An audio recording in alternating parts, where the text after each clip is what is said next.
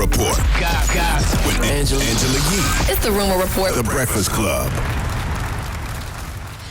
Mona Scott Young did an interview with Madame Noir, and she feels that she is scrutinized very differently if you compare her to Andy Cohen and to Carlos King. You know, she gets a lot of backlash for the Love and Hip Hop franchise. People say that she does exploit Black people and doesn't show them in a great light. And so she said, as far as sexism, does she feel that's what's at play here? And Mona Scott Young responded and said, absolutely. You look at Andy Cohen, you look at Carlos King. Carlos actually worked on the Love and Hip Hop franchise, but they've never been pinpointed in the same way. But I think it's a little bit of the crust that we bear as women in any business that we're in. She said we're held to a different standard. We're scrutinized very differently. I don't think anyone stops to think about how difficult it is to be competitive in this space. I'm one of the few Black women who own a physical production company.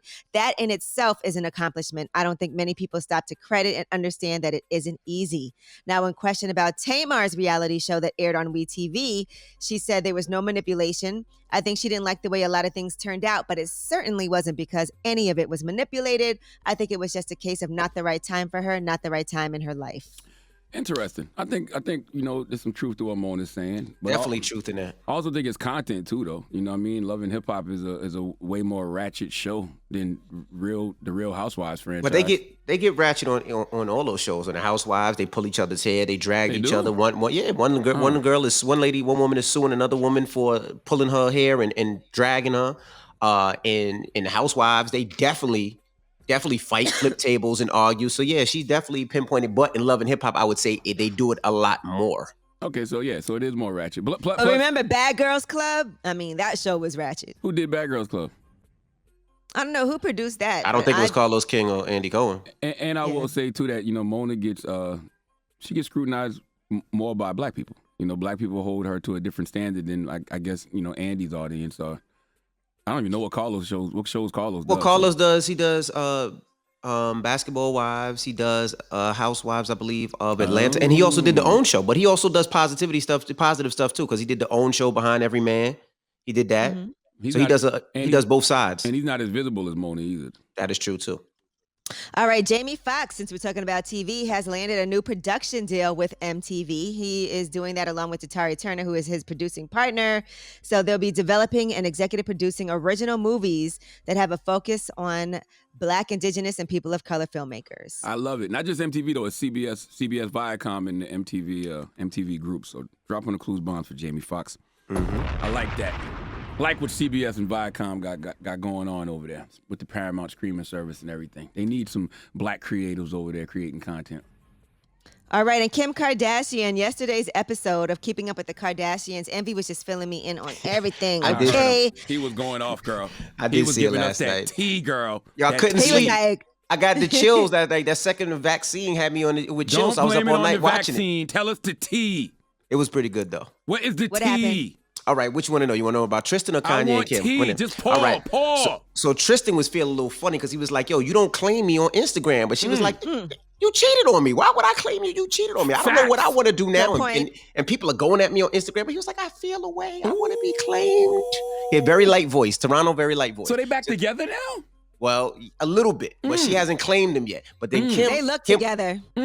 But Kim was stressed out because Kim was like, yo, I don't know what's going on with Ye. So she gets on the phone. She was like, does he want me to come now? Next week? I'll come. And then Courtney was like, you know, I spoke to Ye yesterday. She's like, what'd she say? He was like, he was sorry for the tweets that he put on Instagram and Twitter. I shouldn't have put him on Twitter. I should have came to her directly. I see why they have you hosting the NAACP Image Awards pre-show. Let's hear part of Keeping Up with the Kardashians from last night so we don't have to hear this reenactment. It's been a long day. Mm-hmm.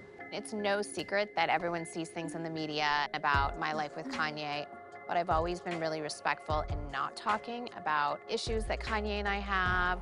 I mean, you guys clearly see them on Twitter, so I'm still gonna choose to not really talk about it here. Okay, so, and they said, you know, people are saying that part of what happened was behind the scenes when he launched his campaign for president and then also referred to Kim and Chris as white supremacists on Twitter. That's the tweet she was talking about, yeah. She was saying that hurt. Mm-hmm. Big stepper. Big step for Kanye. Call Also, when he call your publicly mother-in-law a white supremacist and your wife. Lord have mercy. Oh, and Cardi B was on this episode too, because Cardi B was talking to Kylie and was so happy that Kylie came to her video, and they were talking about the making of that, and it was pretty cool. Thank you, girl. I appreciate this rumor. Let me ask Anytime, you, honey. Envy, would you have gotten back together with Tristan? Answer the question, nigga. I'm not talking to y'all no more. I'm doing my research here, trying to tell y'all what's going on in the world But out you there. saw Tell you the what's show. hot in the street. We asked you a question. Why can't you answer the question? Just answer the Yes, question. That's a valid question. they were actually talking about having another child, and they seem like they're working it out, and I'm happy for them. They were saying that they can't let everybody else judge. That's a yes. But Okay. I like those two together. That's a yes. He done got back with Tristan. All right. That's a yes. And their We're daughter, gonna see Envy in a bonnet sitting next to Tristan. their daughter is so cute. I love the show. They actually had Kendall babysit to see if she wanted a child. It was pretty good. Girl.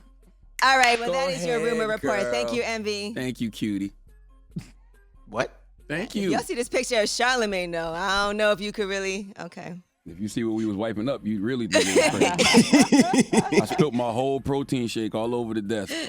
So it looked wild. And then but Dan whispers in my ear, he goes, "Get the wet wipes." Wow. All right. Who you giving that donkey to? Or who else you giving that donkey to? Man, shut up. We need Georgia State troopers to come to the front of the congregation. I don't know their individual names, but the ones that arrested Park Cannon, they need to come to the congregation, come to the front of the congregation on this fine Friday. What? I need to have a word with them. Spit it out. I'm trying to sip my tea at the same time now. Getting cold. All right. We'll get to that next. It's the Breakfast Club. Good morning.